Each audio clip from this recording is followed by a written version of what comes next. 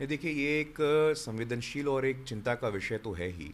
लेकिन मैं आपके संज्ञान में लाना चाहता हूँ कि आदरणीय प्रधानमंत्री जी लगातार बहुत ही क्लोजली इस पूरे के पूरे डेवलपमेंट को मॉनिटर कर रहे हैं।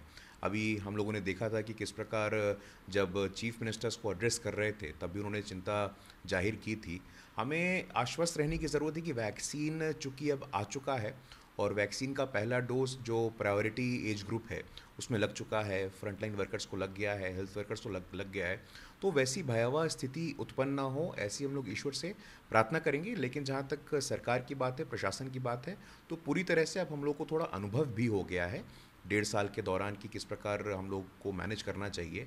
और जो मेडिकल रिपोर्ट्स आ रहे हैं उसमें एक सिल्वर लाइनिंग ये है कि डेथ रेट इस बार कम है, मृत्यु दर कम है, लोगों का देहांत कम हो रहा है। तो ये समझने की आवश्यकता है कि सरकार पूरी मशीनरी के साथ चुस्त है, दुरुस्त है, और हम लोग किसी भी प्रकार का जो इस परिस्थिति आएंगी हम उसका सामना करने को तैयार हैं। एक्सटॉर्शन मामला महाराष्ट्र में तूल पकड़ता जा रहा है। परमवीर सिंह के चिट्ठी पर कई सवाल खड़े किए जा रहे हैं। इसको देखते हुए परमवीर सिंह ने एससी का रुख किया है कि इसकी सीबीआई जांच कराए। वहीं अनिल देशमुख जिन पर आरोप लगा है, मंत्री हैं, उन्होंने वीडियो मैसेज के जरिए आरोपों से इनकार किया है। अब वो चाहे जितना इनकार कर लें, लेकिन मुझे नहीं लगता है कि देश के इतिहास में कभी ऐसा हुआ होगा कि कोई डीजी लेवल पे रहा हुआ ऑफिसर इस प्रकार की बातें कह रहा हो। जब ओपन लेटर लिख कर के खुले तौर पे ये बात कही गई है कि भाई किसी फलाने अफसर को ये एक टारगेट दिया जाता था कि भाई इस महीने आपको इतना कलेक्शन करना है, ये देश के राजनीति के लिए बड़ा ही दुर्भाग्यपूर्ण समय है। मुझे तो पता नहीं कि आप लोग जो अभी महाराष्ट्र विकास आघाड़ी की सरकार महाराष्ट्र में है, किस नैतिकता के आधार पे वो लोग अभी ऑपरेट कर रहे हैं, मुझे कुछ समझ में नहीं आ रहा है। और हमारे महाराष्ट्र के पूर्व मुख्यमंत्री श्री देवेंद्र फडणवीस जी ने भी स्पष्ट तौर पे प्रेस कॉन्फ्रेंस करके कहा है कि इनको अविलंब इस्तीफा देना चाहिए। अब कोई नैतिक आधार आपके पास रह नहीं गया है, और परत दर परत जिस प्रकार इसका रहस्य खुलेगा हमारे सामने बातें और स्पष्ट होंगी कि किस प्रकार जो एमवीए की सरकार महाराष्ट्र में काम कर रही है वो पूरी तरह से भ्रष्टाचार में, करप्शन में लिप्त है। परमवीर सिंह चिट्ठी का मामला लोकसभा में भी उठा और मैंने बीजेपी के सांसदों द्वारा इस्तीफे की मांग की गई। वहीं शिवसेना ने इसका बचाव करते हुए हंगामा किया।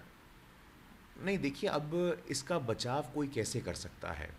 अ, जैसा मैंने कहा आपको कि एक सर्वोच्च अधिकारी, serving police officer, Indian police service officers, अगर वो इस प्रकार की बातें कह रही हैं तो उसमें कोई ना कोई दम तो ज़रूर है।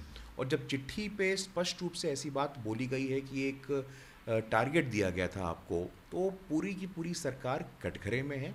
और लोगों को आप मूर्ख नहीं समझना चाहिए आपको। आपने लोगों को फॉर ग्रांटेड ले लिया है क्या?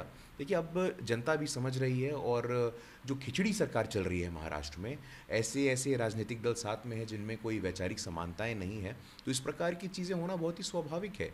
लेकिन ऐसा स्केल, ऐसा मैग्नीट्यूड करप्शन का हम लोगों ने भारत के राजनीतिक इतिहास में आज तक नहीं देखा था कि गृह मंत्री एक पुलिस के साधारण ऑफिसर को ये टारगेट दे रहा है। ये बताया जा रहा है कि कितने बार हैं, कितने रेस्टोरेंट हैं, आप वहाँ जाइए और कलेक्शन करके लाइए। ये कोई अंधेर नगरी वाली बात थोड़ी ना है। हम लोग एक संवैधानिक लोकतंत्र में रहते हैं, और इस प्रकार की प्रैक्टिसेस को इंकरेजमेंट बिल्कुल नहीं मिलना चाहिए। कड़ी से कड़ी कार्रवाई होनी चाहिए जांच के बाद, और अविलंब आपको नैतिक आधार पर कम से कम इस्तीफा दे देना चाहिए। इस मामले में महाराष्ट्र के नेता हैं और केंद्रीय मंत्री हैं रामदास अठावले, उन्होंने अमित शाह को पत्र लिख करके महाराष्ट्र में राष्ट्रपति शासन की मांग की है। अब जिस प्रकार की परिस्थितियां वहाँ पे उत्पन्न हो रही है महाराष्ट्र में, ये चिंता की बात तो है ही। और महाराष्ट्र के पूर्व मुख्यमंत्री देवेंद्र फडणवीस जी ने भी इनकी अनिल देशमुख जी के इस्तीफे की मांग की थी। और आज मैं एक प्रेस कॉन्फ्रेंस देख रहा था, जब उनके एनसीपी के नेता शरद पवार जी से पूछा गया तो वो स्पीचलेस थे, उनके पास बोलने के लिए कोई शब्द थे नहीं।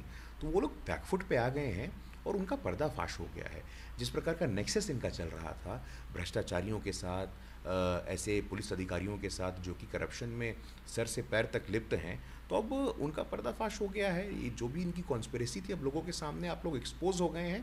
तो मुझे लगता है नहीं कि आपके पास कोई नैतिक अधिकार अब कंटिन्यू करने का रह गया है। The the government of national capital territory of Delhi amendment bill 2021 Lok Sabha में पास हो गया, लेकिन इसको लेकर के आप हमलावर है और उसने खुली चुनौती दी है बहस के लिए। देखिए, आम आदमी पार्टी को ये कानून समझ में आया नहीं है, मुझे लगता है। अधिकतम जितने भी एक्चुअल पावर्स हैं वो अभी भी दिल्ली सरकार के पास ही है। कुछ निर्णायक शक्तियाँ लेफ्टिनेंट गवर्नर को दी गई है, और वो उन जगह दी गई है जहाँ पे थोड़ा विलम्ब होता था, जहाँ पे गुड गवर्नेंस होने में थोड़ी कठिनाई होती थी। तो गवर्नेंस में सरलता है, जितनी जटिलता आती थी, जिस प्रकार का समन्वय का एक कमी था, उस समन्वय की कमी को दूर करने का प्रयास किया गया है, और इसके दूरगामी परिणाम अच्छे होंगे, गुड गवर्नेंस के संदर्भ में होंगे। और कोई दिल्ली आपकी बपौती तो है नहीं, कोई दिल्ली आपकी निजी संपत्ति तो है नहीं। दिल्ली देश का गौरव है, राष्ट्रीय राजधानी है।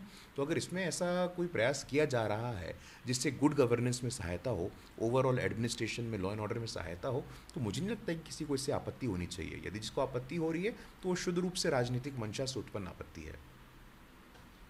जेपी नड्डा ने कांग्रेस को हाथी की तरह बताते हुए दो सेट के दांतों वाला पार्टी बताया है।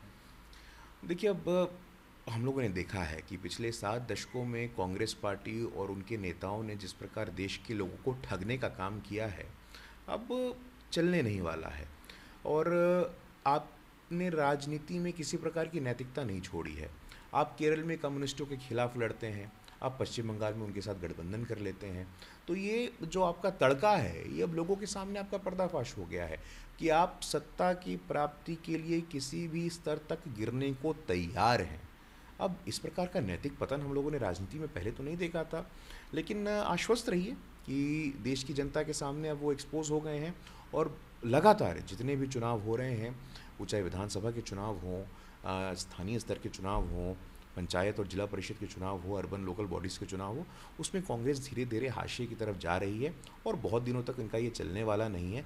परिवारवाद, वंशवाद, भ्रष्टाचार, भोगवाद जैसा आप लोगों ने देश में राजनीतिक परंपरा बना दी थी, तो ये बहुत दिनों तक चलेगा नहीं। लोगों के सामने आप एक्सपोज हो गए हैं, और अविलंब आप देखेंगे कि एक नगण्य प्रेजेंस इनकी रह जाएगी।